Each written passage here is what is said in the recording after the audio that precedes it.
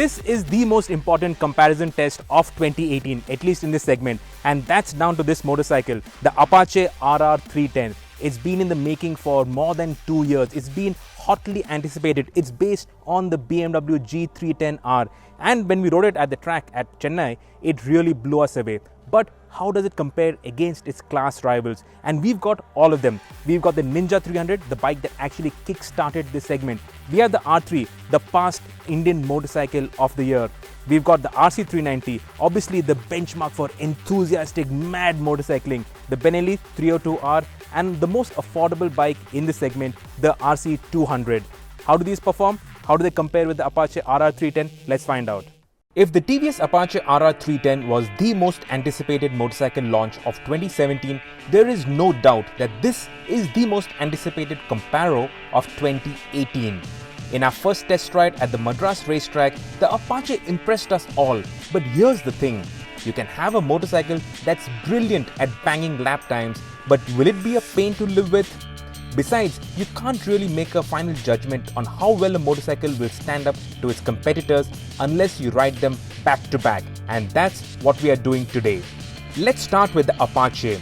Bright, red and flashy, this is the bike that people cannot stop talking about. TVS claim all their 35 years of motorcycle racing expertise has gone into this one bike, so much so that you'd be hard pressed to find a TVS badge on the bike. Instead, you will see TVS Racing proudly across the crankcase of the engine. BMW Motorrad's liquid-cooled single feels refined and smooth and revs effortlessly. This motor's party trick is its tractability, while the trellis frame is also BMW with unique fork tuning by TVS. Is the RR310 a race machine for the road then? Well, no, and that is a good thing. Thanks to the engine facing backwards and being inclined back, the swing arm is long, despite the wheelbase being the second shortest in this test. You see the benefits of this once the bike is cranked over into the turn and is approaching mid-corner. It is stable and confidence-inspiring. No skittish nervousness, none of the twitchiness of a hooligan despite turning in quickly. The result is a rewarding riding experience for everyone in all kinds of riding conditions. Plus, the ride quality is surprisingly supple. One look at the KTM RC 390 and its racing DNA becomes all too evident. The gearbox shafts are vertically stacked to make the engine as compact as possible, and it only weighs 36 kilos. The stance with those high rear sets, tall saddle height and low clip-ons is all about aggression. It has this bring it on expression on its face at all times. The new RC has put on a little weight and it is a little bit more mature. The addition of ride-by-wire has smoothened out the power delivery, and the side-slung exhaust has replaced the underbelly unit, taking away some roughness out of the exhaust note. But she remains just as manic and edgy as ever. With a power-to-weight ratio of nearly 300 bhp per ton, she shoots ahead like a bullet out of a gun. And that is exactly how she likes to be ridden. None of this gentlemanly behavior for this one. She likes it rough. The harder you spank the KTM, the more rewarding the riding experience becomes. This is a bike that wants its throttle pinned to the stop. But for all its sensory appeal, the KTM is very one-sided. The RC 390 wants to be ridden hard or not at all.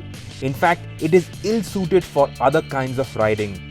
The seat is hard and cushions precious little. The ride is stiff, and over rough roads, she will come across as skittish. And riding through traffic in that race crouch, you better have a good physio on speed dial. The Ninja 300 is the bike that literally kick-started the sport touring segment. Following on the heels of the more highly strung but smaller Ninja 250, the 300 boasted a smoother running parallel twin that put out nearly 40 horsepower and a chassis that handled well with signature Japanese reliability. But it now feels dated and out of its depth. Its 37mm dia telescopic forks feel outclassed by the modern inverted forks of the others. The braking isn't outstanding. The 290mm petrol rotor at the front and the 220mm rotor at the rear do shed speed without drama, but they don't have the bite, as well as there's no ABS. It cannot match the manic excitement of the KTM nor is it as good an all-rounder as the Apache RR310. It doesn't even look particularly smashing, though on that front, I leave you to decide. Despite winning the 2017 Indian Motorcycle of the Year award, the Yamaha YZF-R3 wasn't quite the masterstroke that the smaller R15 was. And yet, the R3 is brilliant. Featuring sharp styling and a big bike stance, the R3 has tons of presence. It is a good-looking bike. It has controlled aggression. Swing a leg over her, and despite those clip-ons and the rear sets, you'll be surprised at how comfortable it is.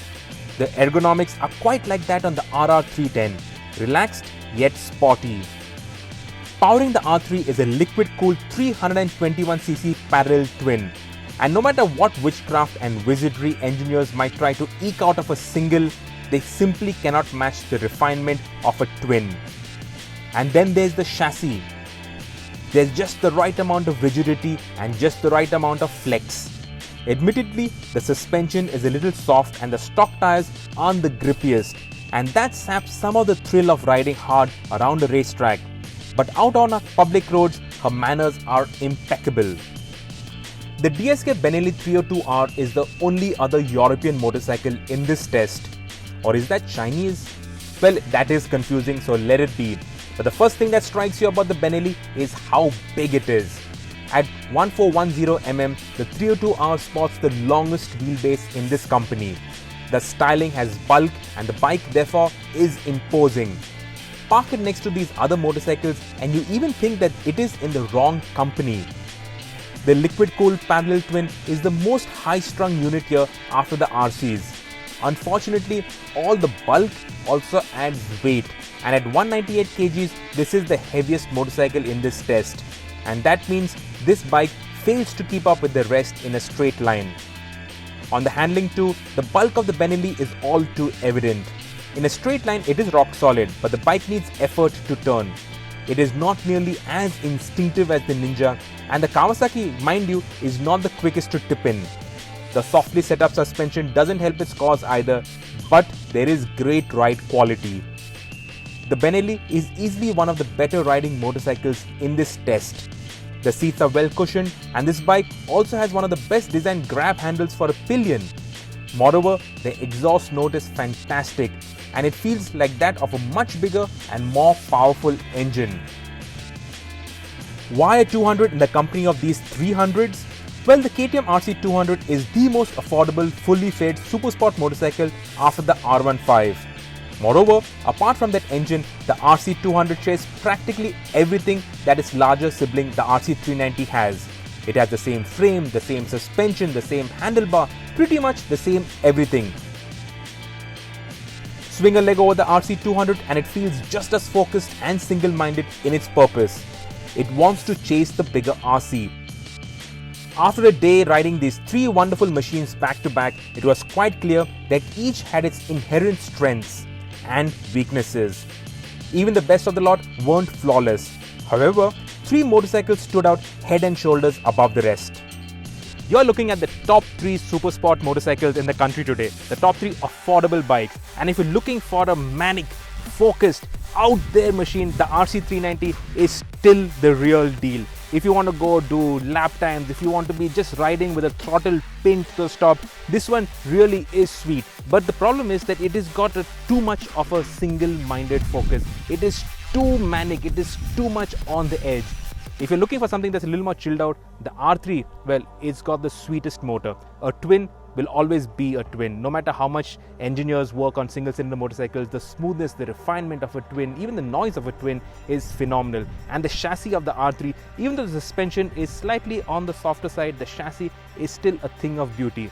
The unfortunate part is that you cannot buy an R3 today. It is no longer on sale, there is no BS4 variant, and also when the R3 was around, it was almost twice the price of this, the RR310, and this bike is the winner of our comparison test. The reason is that it can do almost as much as the RC390, almost as much as the R3, but at a more affordable price, and plus it's not as manic. If you want to ride it every day, if you want to go touring on this, the Apache will be brilliant. In fact, our expert rider Varat More, who was out here with us, he said that he would have to actually take both these bikes to the racetrack, lap them back to back to see which would be quicker on the racetrack. And he doesn't think that the Apache will be much far off the RC390 on the racetrack.